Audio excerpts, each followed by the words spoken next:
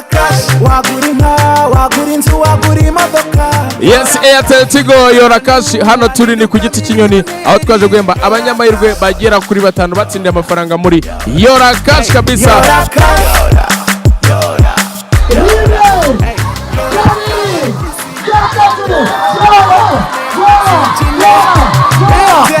Tigo umuryango mugari turaguha amafaranga nawe utera imbere ohereza rimwe kuri rimwe 555. Wagura inka, wagura inzu, wagura imodoka. Yora Cash kurya 5 wahinduka miliyoneri. Damascene utsindiye amafaranga ngahe? 435,500. Aya mafaranga wayatsindiye ukoresheje amafaranga ngahe? 150 gusa. Niki wabwira abantu bajya bavuga ngo abakozi ba Airtel Tigo bashyiramo abakozi babo bakayirira cyangwa bene wabo? Ibyo ni ibihuha ko nanjye nigeze kubitekerezaho ariko naje gusanga bakoresha ubutabera. Ubusanzwe mu mirimo isanzwe wakoraga ikishimiye Imana? Nyonga igare.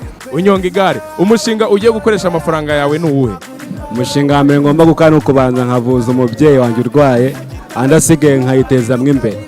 Yes, Airtel Tigo Yora Cash muramwumva uyu nguyu Nshimiyimana Damascene agiye kubanza avuze umubyeyi we urwaye. Urumva ko amafaranga ya Airtel Tigo azari igisubizo kuri we. Hanyuma nawe ufite ikibazo cyari cyo cyose uyu munsi ushobora kugobokwa na Airtel Tigo ku mafaranga 150 gusa. Biroroshye, birizewe, mubikore mubikunze. Murakoze cyane.